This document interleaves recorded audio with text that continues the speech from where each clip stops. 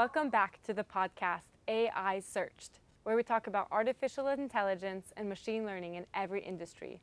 I'm so excited to have Renata Geld, MA in Applied Cognitive Science, here with me today to talk a little bit about her career and her studies. Hi Renata, thank you for joining me. Can you tell us a little bit about your background? Thank you for having me here. Yes, well, I'm a linguist. I'm also an applied linguist.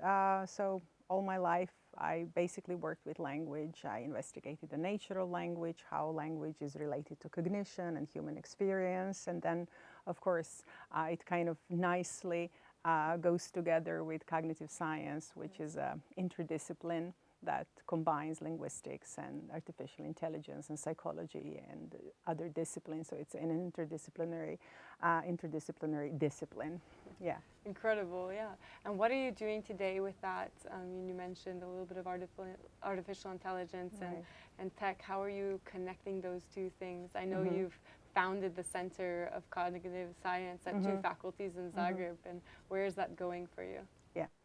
So yeah, the center was founded to basically be an institution that will bring together people from different disciplines, right? So the primary goal was basically to be the place to have researchers from computer science, talking to linguists and psychologists and anthropologists and neuroscientists, so people that come from different disciplines that build cognitive science. But the main reason basically for it was a new program that we have, the MA in Applied Cognitive Science that we designed together. And we started the first cohort last year, so we are very proud that we have the first such program in the region, basically. Yes. So yeah, it's very exciting, and it's especially exciting because it started at the time when ChatGPT basically started.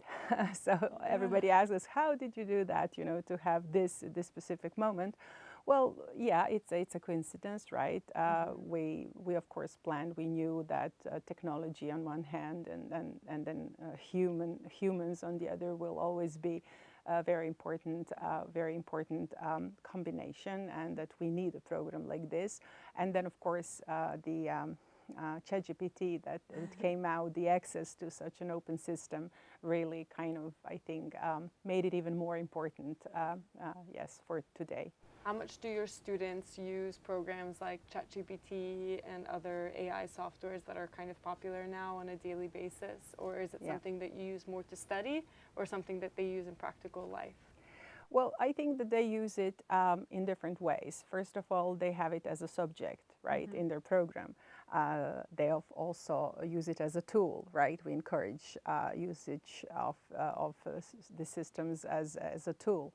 But also we try to build kind of critical, thinking about the relationship between AI and humans, because we are basically educating future experts in this relationship, right? So it's very important to have this meta level in which they can talk about the future, what the future looks like with AI and with on one hand, and then with whatever makes us human on the other. Yeah. Of course, yeah. You said it's the first year that you're holding this program, so congratulations. That's Thank amazing. you very much.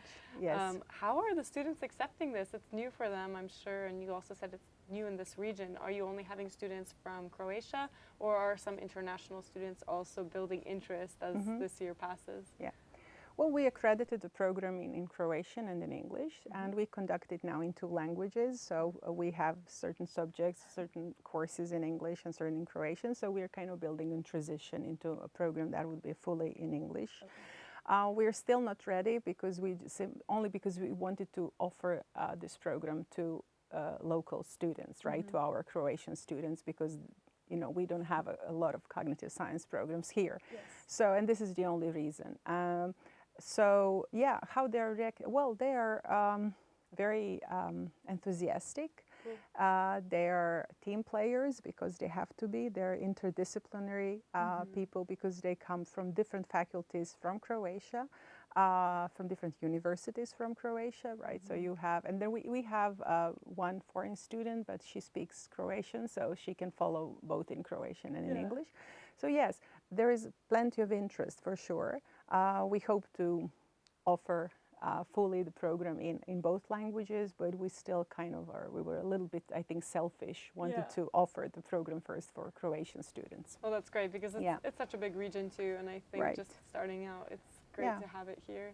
Yes. Do you feel that the students, when they graduate, it's a 2 or 3 year program? It's a 2-year program, yes, right. What kind of job market, what careers are they looking into getting after this, or is it all over the board? It's all over the place, because even now when, the people from industry contact us, you can, from user experience to human resource and, robotics and everything. So it's really wide. And I think it's kind of normal that it's like that, because AI is everywhere, technology is everywhere, and this interdisciplinary programs where they can really learn about both, on one hand about human cognition and perception and feelings and language that is now in the center of our attention, and then on the other hand to learn about technology and AI and deep learning and all of the things that go along. So I think that they really I think that the job market, people recognized what is going on, so they would often contact us, want to get in touch with our students. They were very excited about it. So yeah, I think that we are doing fine. Yeah, in my opinion, this MA program is very future-proof. I think that a lot of times when we study only one track, or you're not having an ability to understand the machine and the human, that you're kind of stuck in your little box. It's very hard to, grow outside into a separate career. Also, it's very much easier if you only do one thing, that a future robot or model can take over your career. But I think that this program is beautiful. It's kind of connecting a lot of different things, and I'm sure the students are spending a lot of time learning from each other if they're coming from so many different backgrounds. Just kind of that human connection is really helping them kind of power research. Mm-hmm. Yeah. Oh, absolutely. And this is the whole architecture of the program, and how we do the program is exactly the way you describe it. So they work in teams, they learn from each other, they solve problems, they predict future and then solve problems from the future, which is kind of counterintuitive, but they first predict and then solve problems. And yes, I think that this really prepares them for future, right? That is very agile, changing all the time. But also, yes, this human side in which they learn how to listen to each other.